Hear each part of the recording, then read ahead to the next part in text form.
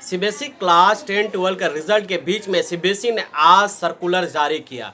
Dispute committee के बारे में जो सीबीएसई बात कर रही थी, जो 5 तारीख को उन्होंने शॉर्ट नोटिस दिया कि डिस्प्यूट कमेटी के बारे में पूरा डिटेल आपको 6 तारीख को देंगे। उन्होंने डिस्प्यूट कमेटी के बारे में आज रिलीज़ की गई है 8 अगस्त को। आपको लगभग वो 3 बजे तक, इससे पहले भी मैंने वीडियो दे चुका है पीडीएफ फाइल में, लेकिन कुछ बच्चों का डिमांड था, सर ये पूरा डिस्प्यूट कमेटी क्या है, इसके कैसे काम करेगी, इसके कमेटी के गठन कैसे होंगे, क्या अब हमारा जस्टिस हो पाएगा मार्किंग का, ये सारे सवाल उनके हैं। या डिस्प्यूट कमेटी क्या रीजनल लेवल के व्यक्ति होंगे या फिर स्कूल ही हमारा करेगी, इन सभी सवालों का जवाब जो है इस वीडियो के अंदर मिलेगा, सारा डिटेल मिलेगा।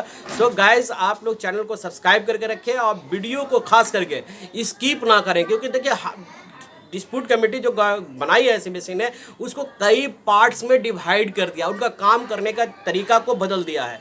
सो आपके साथ इनजस्टिस ना हो और आधा अधूरी जानकारी ना हो, इस कारण से मैं इस वीडियो में आपके साथ पूरा डिटेल लेकर आया हूं। वीडियो को स्किप ना करें सबसे पहले गाइज। और जो भी हमारे न्यू व्यूअर, छोटी सी रिक्वेस्ट है कि मैं आप लोगों के लिए दिन रात मेहनत करता हूं, आपको अपडेट कर रहा हूं, तो आपसे एक छोटी सी रिक्वेस्ट है कि चैनल को सब्सक्राइब कर लीजिए, बेल नोटिफिकेशन ऑन कर लीजिए।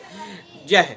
सबसे बड़ी बात है कि सीबीएसई ने जो डिस्प्यूट कमेटी बनाई है उसमें के लिए सीबीएसई ने जो मार्किंग दे रही थी, जैसे वो मार्क्स दे रहे थे, वो मार्किंग का मेथड को पहले उन्होंने डिफाइन किया। सबसे पहले उन्होंने बताया जो नियम छात्रों को सुविधा दे रही है, यानी जो बच्चे हमारे मार्क्स से संतुष्ट नहीं है उनको सीबीएसई 2 तरीके से आपको एक नहीं 2 मौका दे रही है।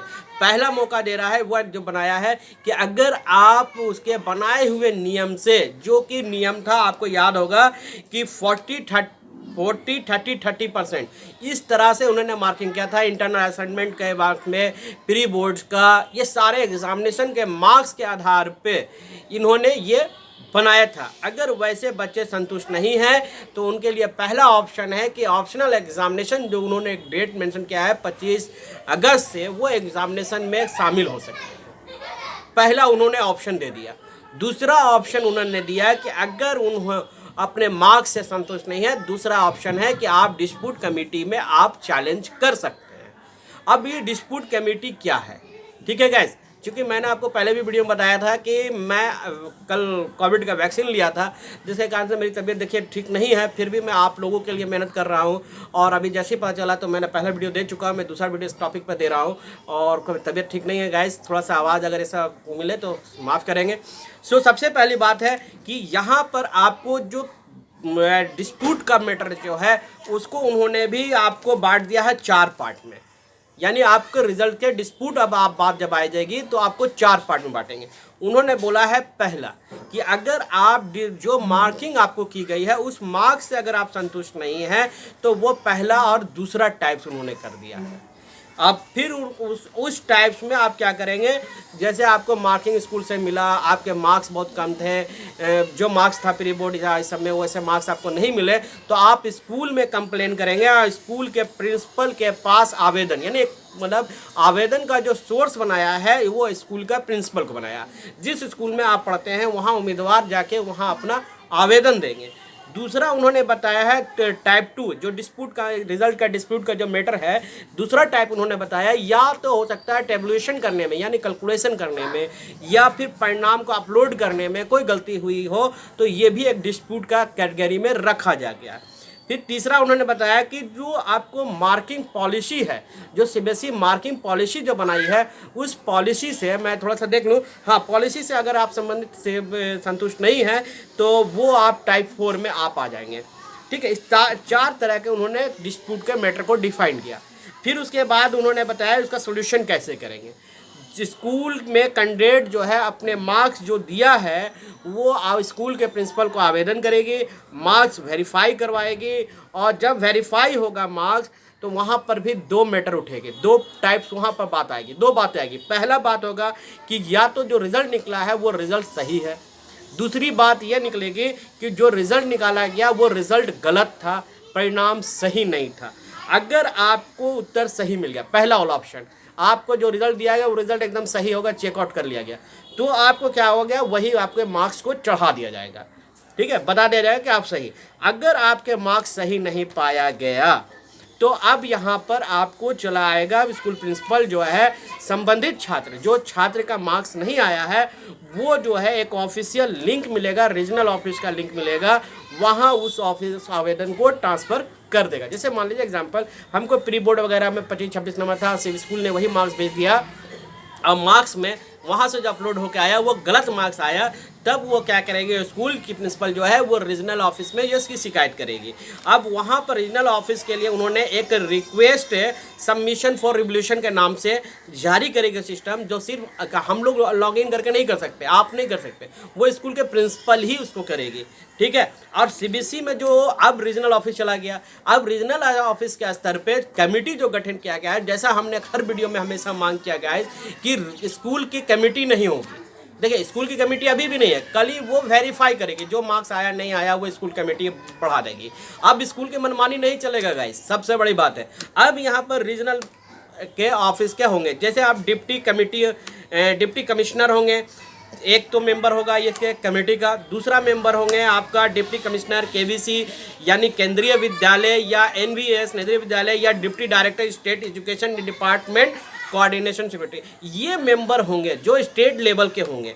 दूसरा जो होगा आपको असिस्टेंट सेक्रेटरी एग्जामिनेशन सीबीएसई के जो होंगे वो इसका मेंबर होंगे, प्लस प्रिंसिपल ऑफ केवीसी होंगे, केंद्रीय विद्यालय स्कूल का होंगे, और एनवीएस नवोदय विद्यालय के होंगे। और दूसरी बात, अगर मान लीजिए फॉर एग्जांपल आप कैम्ब्रिज स्कूल से आपने किया, कोई भी स्कूल मान लीजिए केंद्रीय है या मानस है, बहुत से विद्यालय है, बहुत से ऐसे विद्यालय है जिनका मैं नाम पर्टिकुलर नहीं ले रहा हूँ, मान लीजिए आप वहाँ से कंप्लेन कर दिया, तो वह कंप्लेन के जहाँ से आप स्कूल का से कंप्लेन कर रहे हैं वहाँ के प्रिंसिपल नहीं होंगे, ये इंडिपेंडेंस प्रिंसिपल होंगे, यानी जहाँ का छात्र कंप्लेन कर रहा है वहाँ का प्रिंसिपल से कोई लेना देना नहीं है।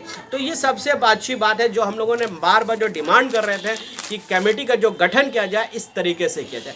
और आगे इन्होंने बताया है कि जो कमेटी इसके गठन जो करेगी, वो कमेटी जब गठन जब हो जाएगी तो वो क्षेत्रीय अधिकारी को ये भेज देगा, यानी रीजनल डायरेक्टर के पास पहुंच चुका है।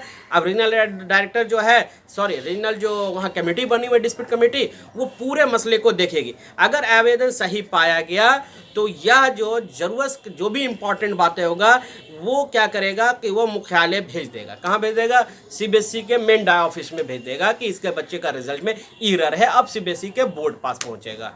पहले मतलब एक तो स्कूल के स्तर से आप आवेदन करेंगे, फिर आपको क्या होगा, वो अगर मार्क्स में गड़बड़ हुआ किसी तरह, दो तरह का मैंने पिछले बात बोल लिया, अगर पूछ करके उसको देख लीजिएगा बैग जाके, तो अगर गलत पाया गया तभी रीजनल ऑफिस आ रहा, सही हुआ तो वहीं पर सॉर्ट आउट हो गया। अगर रीजनल ऑफिस चला गया तो रीजनल ऑफिस में भी चेकआउट हो गया, अब सारे कमेटी मेंबर कर लिए, तब ये ऑफिस कहाँ भेज दिया जाएगा? सीबीएसई को भेज दिया जाएगा। अब विवाद को संबोधित किया, स्कूल का आवेदन स्कूल अनुरोध माध्यम बोर्ड से ही भेजा जाएगा। जैसा कि मैंने आपको पहले ही बताया कि सारा जो है वो आपके भेजा जाएगा, ठीक है। यहाँ पर जो दावा जो किया जाएगा, जो विवाद जो वहाँ पर समिति होंगे, जो बोर्ड का होगा, जो बोर्ड का अधिकारी होगा, वो संयुक्त सचिव के नीचे करना होता है। हाई लेवल के अफसर को बनाया जा रहा है। बोर्ड का एक अधिकारी जो उप सचिव के नीचे नहीं होना चाहिए। अच्छा, संबंधित स्कूल के संबंधित परिचय, अगर किसी स्कूल से आप दे रहे हैं तो वहाँ के रिटायर्ड प्रिंसिपल हो सकते हैं, ठीक है, और एएनएस के हो सकते हैं, परीक्षा नियंत्रक, इस तरह से सत्यापन किया जाएगा। तो एक तरह से हम कह सकते हैं सीबीएसई जो है बहुत अच्छा। अभी और भी आगे वीडियो में मैं बताऊंगा कि क्लास 10 और 12 का आप कब अप्लाई कर सकते हैं, किस डेट से आपका विंडोज चालू होगा, स्कूल में आपका लेना चालू होगा, सारा डिटेल में आपको इसमें बता रहा हूँ। पूरा पीडीएफ जो फाइल था उसको मैंने अपने लैंग्वेज में पूरा कन्वर्ट कर दिया है, और इसका लिंक भी मैं आपको दे दूंगा, आप बाद में इसको वहाँ देख भी सकते हैं।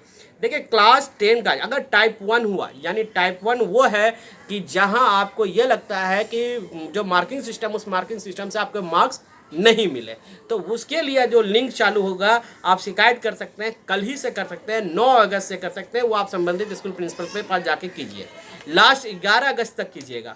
टोटल प्रोसेस जो है वो प्रोसेस रिजल्ट कमेटी जो है, जो स्कूल का स्तर पे, देखिए मैं एक बात समझिएगा, जैसे पहला रिजल्ट आया आप कंप्लेन किया और वो आप बोल रहे हैं कि नहीं, जो मेरा मार्क्स प्री बोर्ड वगैरह में आया था वो मार्क्स हमको टीचर नहीं भेजिए, तो वहाँ वो स्कूल स्तर से वो वेरीफाई करके वो काम कर देगी, ठीक है।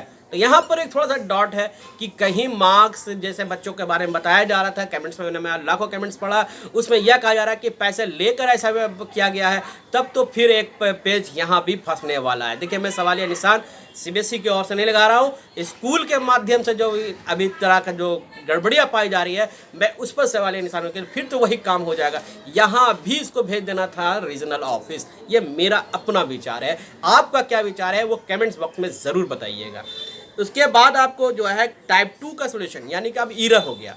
जैसे स्कूल में आप भेजा और उसने बोला नहीं, जो मार्क्स हम भेजा था वो मार्क्स आपको नहीं मिला है, वो 11 तारीख से आप सबमिट करेंगे और 11 तारीख को करेंगे और 14 अगस्त तक आपको ये लास्ट डेट होगा अप्लाई करने का। 16 अगस्त को इसका सोल्यूशन हो जाएगा। सबसे पहले अब पार्ट 3 की बात करें, जब 3 टाइप का जो रीजनल ऑफिस भी आप देख लिया कि हाँ अब यहाँ गड़बड़ है, तो सीबीएसई को वो कब भेजेगी, 10 अगस्त को भेजेगी और 10 अगस्त को भेजेगी और 12 अगस्त के बीच में ये भी सोल्यूशन कर देगी और पूरा सोल्यूशन आपका हो जाएगा। तो अभी हम यहाँ पर देखते हैं कि क्या क्या आपको डॉक्यूमेंट्स लगेंगे। देखिए अभी वीडियो को छोड़ के नहीं जाइएगा, अभी डॉक्यूमेंट्स भी बताएंगे। उसमें आपको डिस्प्ले लगेगा, या तो आप 10वीं का अप्लाई कर रहे हैं तो 10वीं या 12वीं कक्षा का आप शामिल जो जिस विधवा है वहाँ का आप उठा रहे हैं, तो वहाँ का जो आंकड़ा है, जो बच्चों का मार्क्स का प्री बोर्ड वगैरह का, वो मार्क्स का पूरा डिटेल आप देंगे कि प्री बोर्ड में मेरा ऐसा था, सेंटर में ऐसा था, पीरियडिक टेस्ट में ऐसा था, वो सारा विवरण आप मार्क्स का डिटेल देंगे। स्कूल का नंबर लिखेंगे, अपना नाम लिखेंगे, रोल नंबर लिखेंगे, स्कूल का नाम लिखेंगे और जिस विषय में आपको डाउट है उस विषय का नाम भी रखेंगे और लिखकर ईमेल के साथ दे देंगे। इसमें साफ साफ कहा गया है कि 10वीं कक्षा से संबंधित विवादों को 12वीं कक्षा के मामलों में मंजूरी के बाद ही संशोधित किया जाएगा। यानी पहली बात ही क्लियर कर दिया गया है कि पहले आपको 12वीं कक्षा यानी 12 क्लास का पहले सोल्यूशन शॉर्ट आउट करेगा, तभी 10 क्लास का किएगा। क्योंकि 12 का जो खास करके क्या है कि उन लोगों को कैरियर ओरिएंटेड कोर्सेस स्टार्ट हो जाता है, तो सबसे पहले सीबीएसई चाहती है कि पहले वही लोग का कर दिया जाए।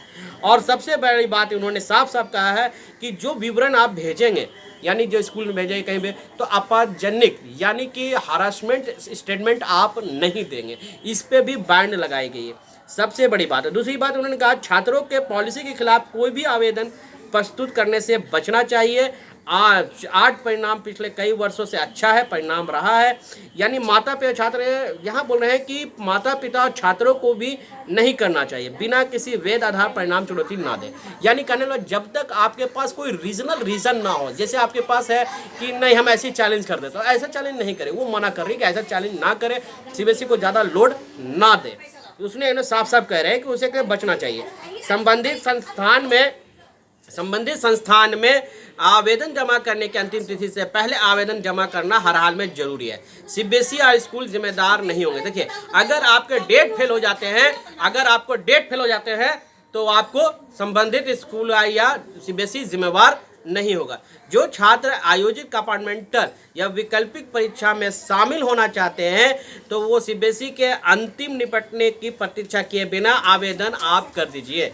यानी आप इसका वेट ना करें कि सीबीएसई का जो सेटलमेंट कमेटी का जो रिपोर्ट है, जो मैंने चैलेंज किया है, उसका रिपोर्ट आने के बाद कंपार्टमेंटल का आवेदन भरेंगे। उन्होंने भी इसके बारे में साफ साफ मना कर दिया है कि आप पहले कंपार्टमेंटल आप री एग्ज़ाम के लिए भी आप तैयार हो जाइए, जो कि आपको 25 अगस्त से बताया जा रहा है कि अभी ऑफिशियल अप टू डेट नहीं आया। समिति या सीबीएसई द्वारा लिया गया निर्णय अंतिम होगा।